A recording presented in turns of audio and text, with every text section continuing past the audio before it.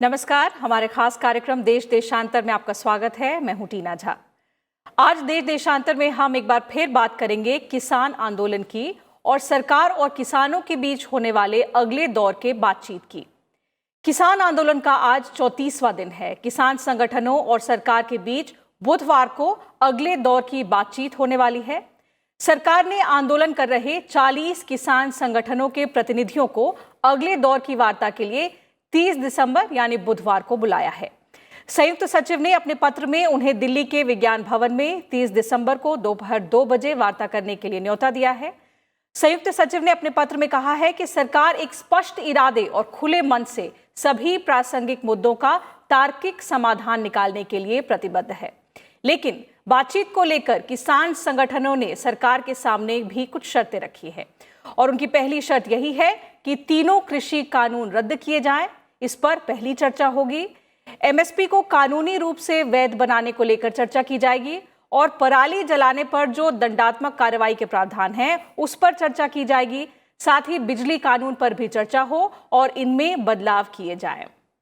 तो इस पर आगे चर्चा के लिए हमारे साथ 3 खास मेहमान जुड़ रहे हैं। आपसे उनका परिचय करा देती हूं।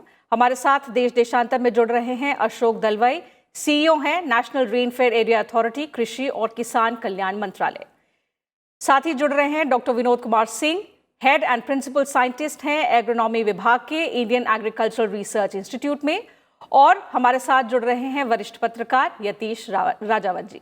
आप तीनों मेहमानों का स्वागत है हमारे इस खास कार्यक्रम में।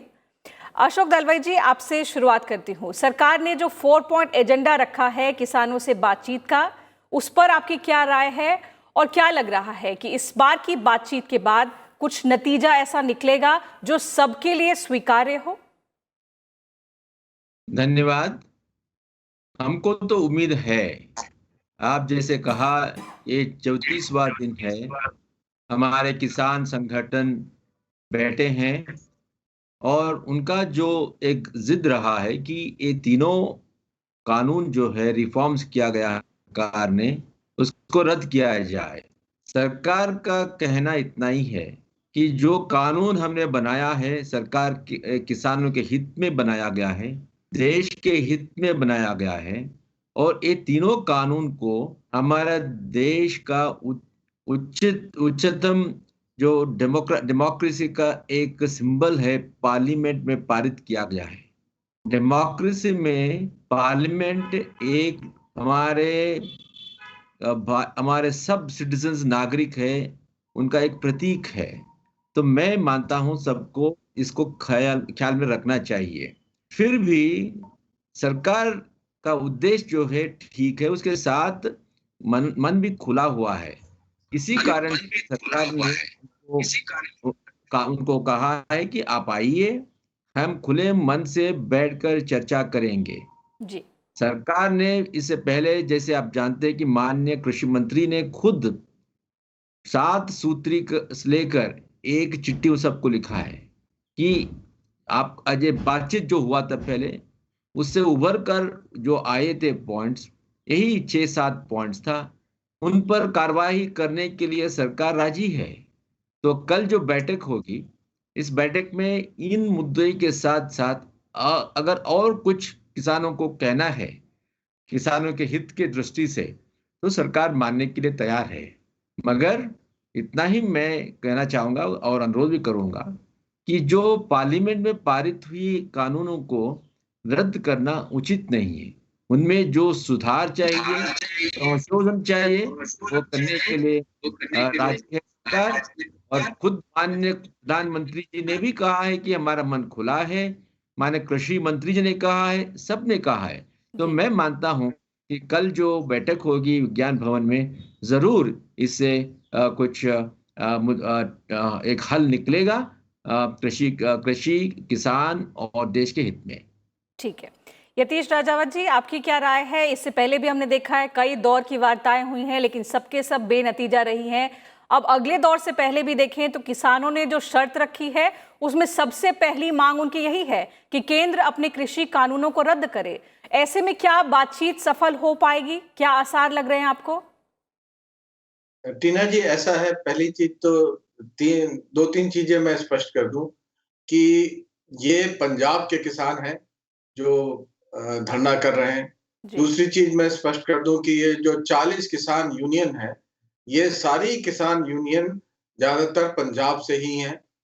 और तीसरी चीज मैं स्पष्ट कर दूं कि जो ये मतभेद है, ये किसान और सरकार के बीच में नहीं है, इसमें अब राजनीति घुस गई है। और राजनीति इस की वजह से और राजनीतिज्ञों की वजह से, कुछ पार्टियों की वजह से ये मसला सुलझ नहीं रहा है।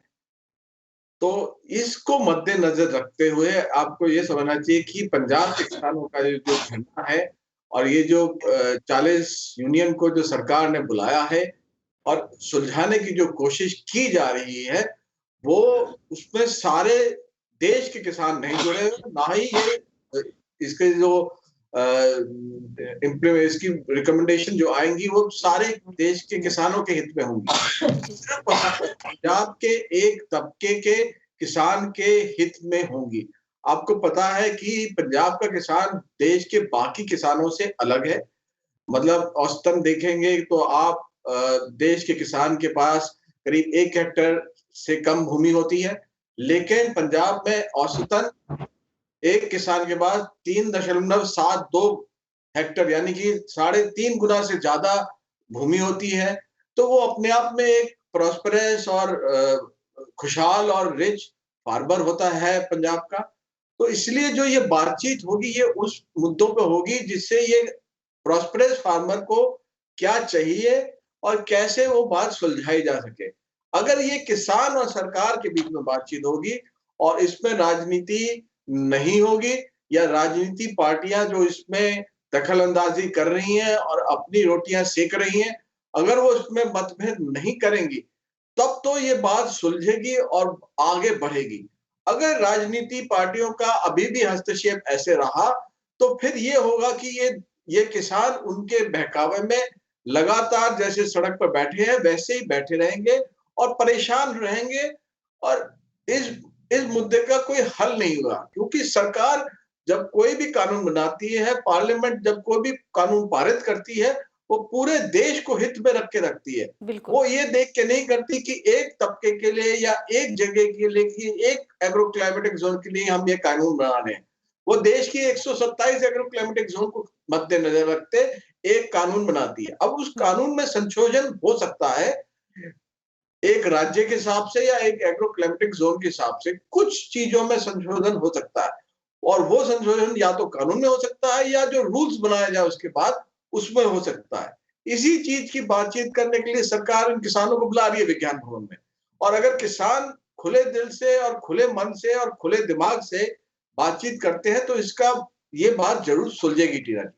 जी बिल्कुल। और फिलहाल तो सबसे बड़ा सवाल यही है कि 34वां दिन हो चुका है आंदोलन का, इस डेडलॉक को कैसे सुलझाया जाए, इसके प्रति हम देख रहे हैं कि सरकार कोशिश लगातार कर रही है। डॉक्टर विनोद कुमार सिंह, एक बहुत बड़ा मतभेद का जो पॉइंट था वो था एमएसपी को लेकर। अब सरकार ने जब एमएसपी पर भी लिखित आश्वासन देने की बात मान ली है तो क्या लग रहा है कि एमएसपी पर बात बन सकती है क्या? जहां तक एमएसपी की बात है, इस बात को लेकर किसान क्या मान सकते हैं कल की बातचीत के बाद?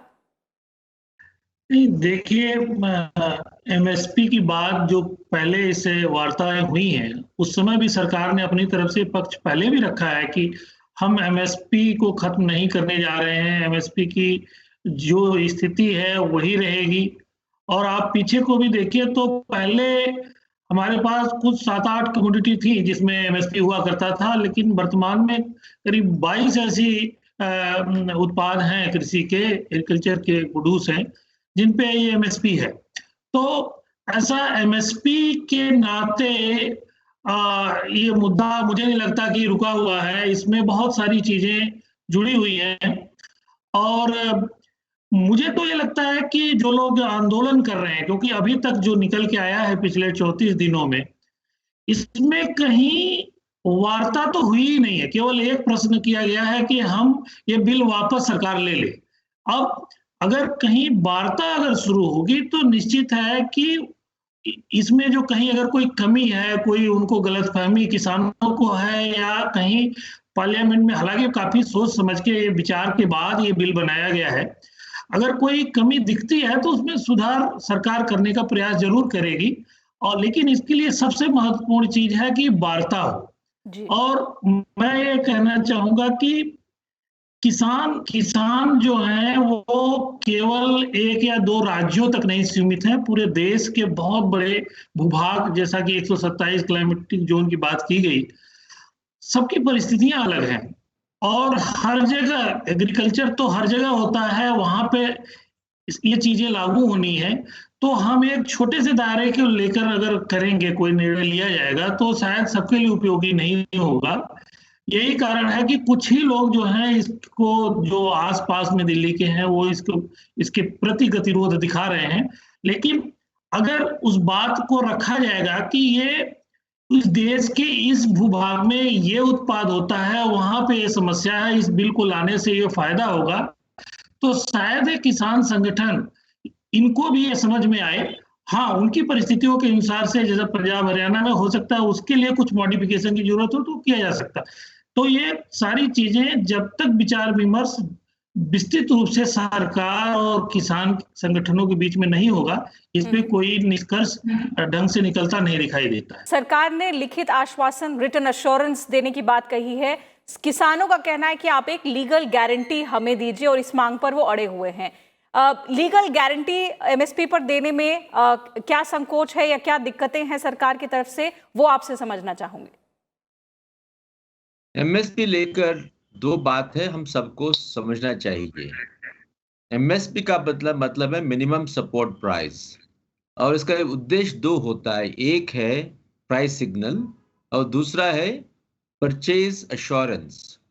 प्राइस सिग्नल का मतलब है प्रोडक्शन सीजन या कल्टीवेशन सीजन शुरू होने से पहले घोषित सरकार तरफ से होती है, ताकि हमारे किसान भाई समझे क्या उगाने से उनको लाभ हो सकता है। वो एक प्राइस सिग्नल है। उसी तरीके से मार्केट को भी एक प्राइस सिग्नल होता है। वो दूसरी बात है, वो एक सेफ्टी नेट है। इसका मतलब है, मान लीजिए मार्केट में प्राइस की गिरावट हुई डिमांड सप्लाई के कारण से, डोमेस्टिक या ग्लोबल डिमांड सप्लाई के कारण से, तो सरकार का ये आश्वासन है कि हम आकर उसको खरीदेंगे। मगर आप देखिए, आश्वासन जो है मार्केट के साथ जुड़ा हुआ है, क्योंकि हम चाहते हैं, सरकार यही चाहती है कि किसानों को मिनिमम सपोर्ट प्राइस से ज्यादा मिले जी। मिनिमम सपोर्ट नहीं, उनको ज्यादा मिले, ताकि वो रेम्यूनरेटिव प्राइस बन सकता है। तो सरकार का ये जो रिफॉर्म किया गया है, उसका मूल उद्देश्य यही है कि मार्केट रिफॉर्म के जरिए एक स्पर्धात्मक वातावरण बने मार्केट में, ताकि किसान को अच्छा सा अच्छा रेट मिले। और अगर नहीं मिलेगा तो हम वहां है खरीदने के लिए। पिछले 6 साल में सरकार ने एमएसपी पॉलिसी में संशोधन लाया है, जो स्वामीनाथन कमीशन का रिकमेंडेशन था कि मिनिमम 50% मार्जिन ऑफ प्रॉफिट मिलाया जाए कॉस्ट ऑफ प्रोडक्शन पर, उसको पारित किया गया है। उसके साथ जो प्रोक्योरमेंट था उस पर भी जोर दिया गया है। इसी कारण से जो पहले एफसीआई के माध्यम से पैडी और वीट का प्रोक्योरमेंट होता था, उसके साथ साथ पल्सेस, मिलेट्स, ऑयल सीड्स को खरीदने के लिए एक पीएम आशा नया स्कीम को अडॉप्ट किया गया है। सरकार ने बार बार यही कहा है, क्योंकि ये एक एडमिनिस्ट्रेटिव प्राइस सिस्टम है। ये तो कानून नहीं बन सकता है, मगर एक एडमिनिस्ट्रेटिव एक लॉ बन सकता है, एडमिनिस्ट्रेटिव ऑर्डर बन सकता है। तो जो 1965 में शुरू हुआ था, उसको आज भी कायम रखा गया है। और सरकार ने खुद कह रहा है, माननीय प्रधानमंत्री जी ने खुद कह रहे हैं कि इसको हम रखेंगे और हम लिख कर देंगे, जो ऑर्डर है उसको लिख कर देंगे। तो और क्या है, या खाली पार्लियामेंट से पास हुआ कानून नहीं, वो भी कानून है, मगर ये जो सरकार उनके सिग्नेचर के माध्यम से जाता है, वो भी एक कानून है। और एक बात है, किसान को एमएसपी जो आश्वासन चाहिए तो देने के लिए हम तैयार है। क्या हम एमएसपी को एक मार्केट एक्ट का अंग बना सकते हैं? ये बहुत बड़ी चीज है। मैं समझता हूं वो एपीएमसी एक्ट हो या एफपीटीसी एक्ट हो जो नया बनाया गया है, और कोई एक्ट हम बनाए, कोई मार्केटिंग एक्ट में एमएसपी एक अंग नहीं हो सकता है, क्योंकि मार्केट का मतलब नहीं फ्री मार्केट। ट्रेडर को डिमांड सप्लाई के आधार पर खरीदने के लिए मौका देना चाहिए, तभी किसान को अच्छा रेट मिलेगा।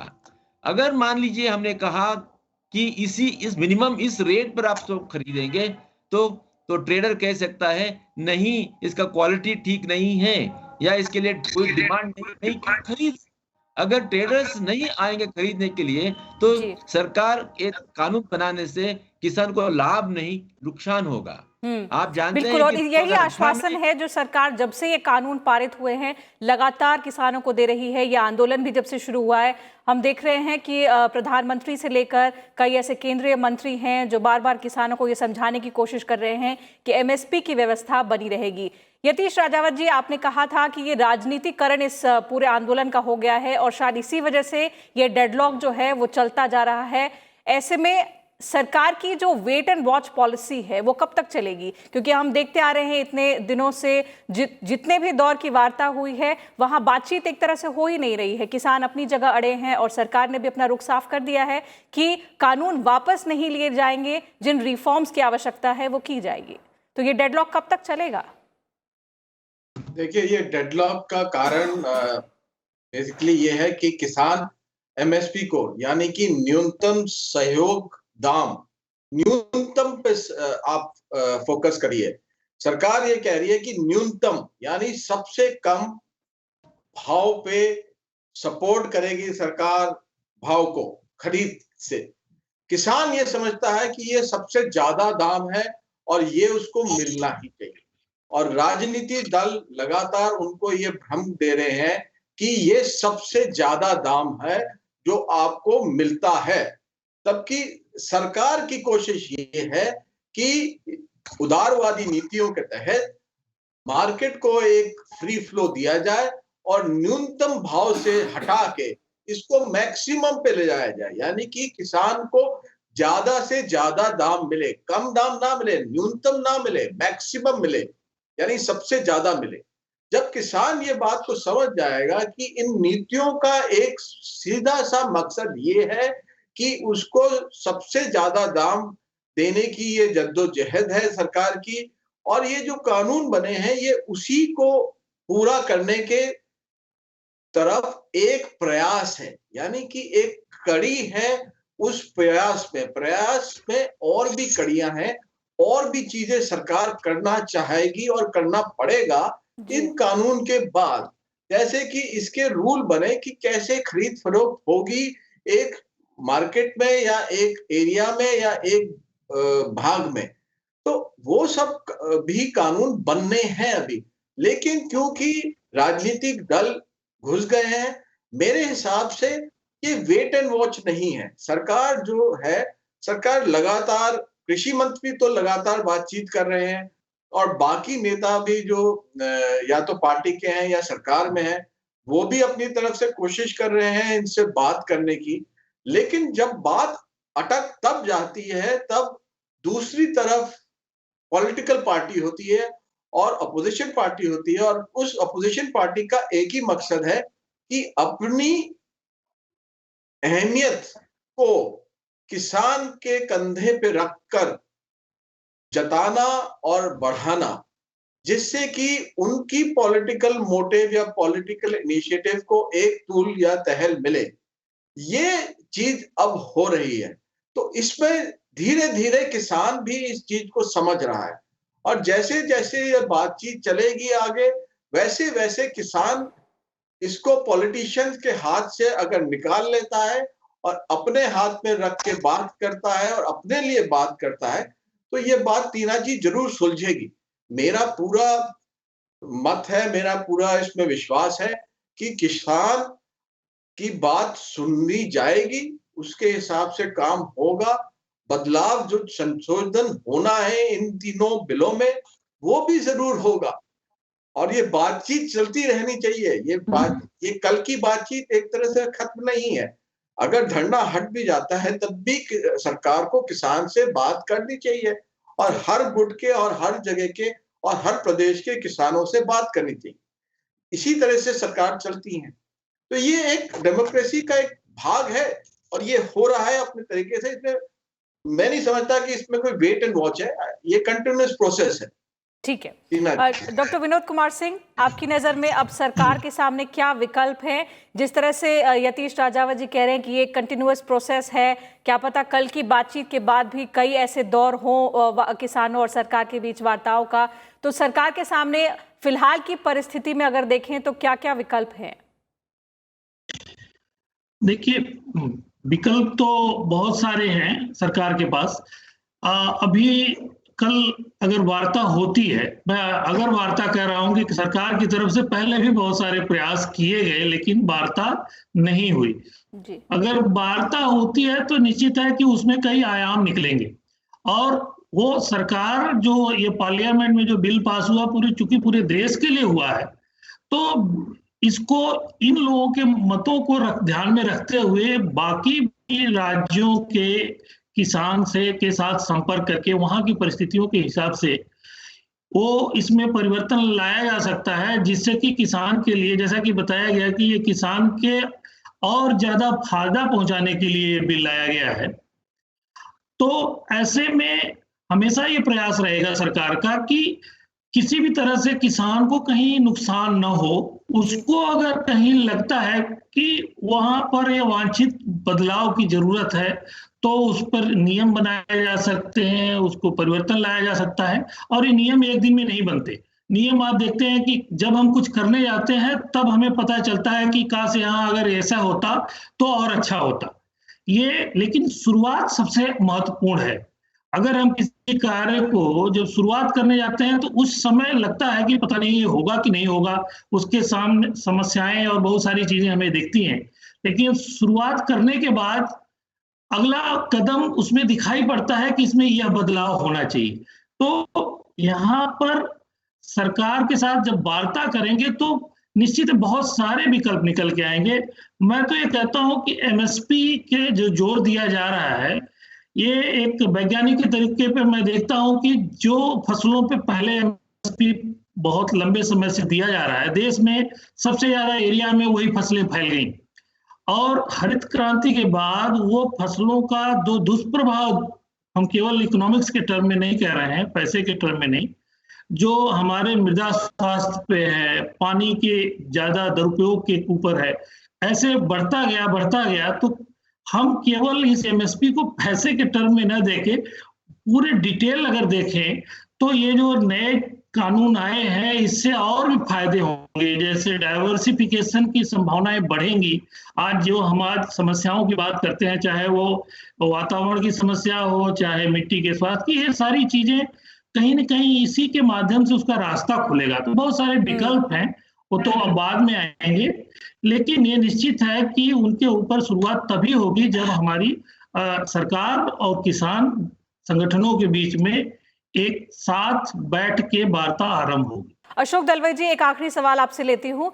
कृषि कानूनों के अलावा जो किसानों और सरकार के बीच कल की वार्ता में जिस पर चर्चा होगी वो है एयर क्वालिटी मैनेजमेंट से जुड़े ऑर्डिनेंस और इलेक्ट्रिसिटी अमेंडमेंट बिल को लेकर जो किसानों की मांगे हैं।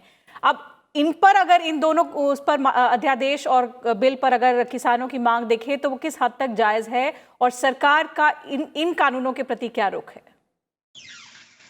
ये जो कानून बनाया जा रहा है ये भी हमारे देश के जो वातावरण के दृष्टि से किया जा रहा है।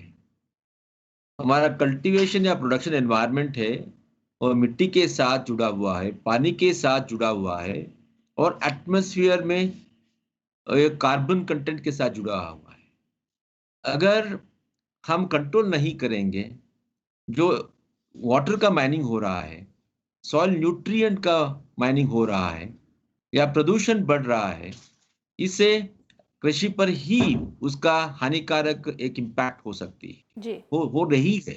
इसके साथ हमारे पूरा आर्थिक व्यवस्था पर नेगेटिव इम्पैक्ट होगा।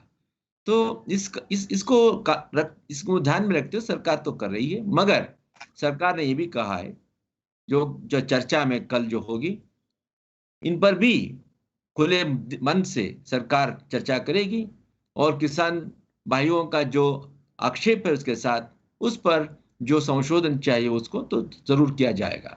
मगर जैसे हमारे मित्रों ने कहा, यहाँ यतीश जी और सिंह साहब ने कहा, हमको एग्रीकल्चर को एक इकोसिस्टम की दृष्टि से देखना चाहिए। खाली एक राज्य या एक क्रॉप या एक सेगमेंट से नहीं। हमारा देश का एग्रीकल्चर जो है बहुत डाइवर्सिफाइड है। इसमें क्रॉप्स है, हॉर्टिकल्चर है, डेयरी है, एनिमल हस्बेंड्री है, फिशरी है। साथ साथ हमारे जो डाइवर्स एग्रो इकोलॉजी है, तो अलग अलग प्रदेशों में अलग अलग प्रकार का जो प्रोडक्शन होता है।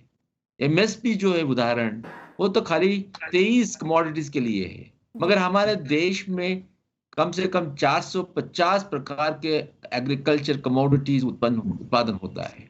हमारा जो पानी है, ग्राउंड वाटर इतना कम हुआ है, ग्राउंड टेबल माइनिंग हुआ है, और ग्राउंड वाटर टेबल को माइनिंग करने से कम 9% हमारा एग्रीकल्चर और देश का जीडीपी पर उसका कुप्रभाव होता है।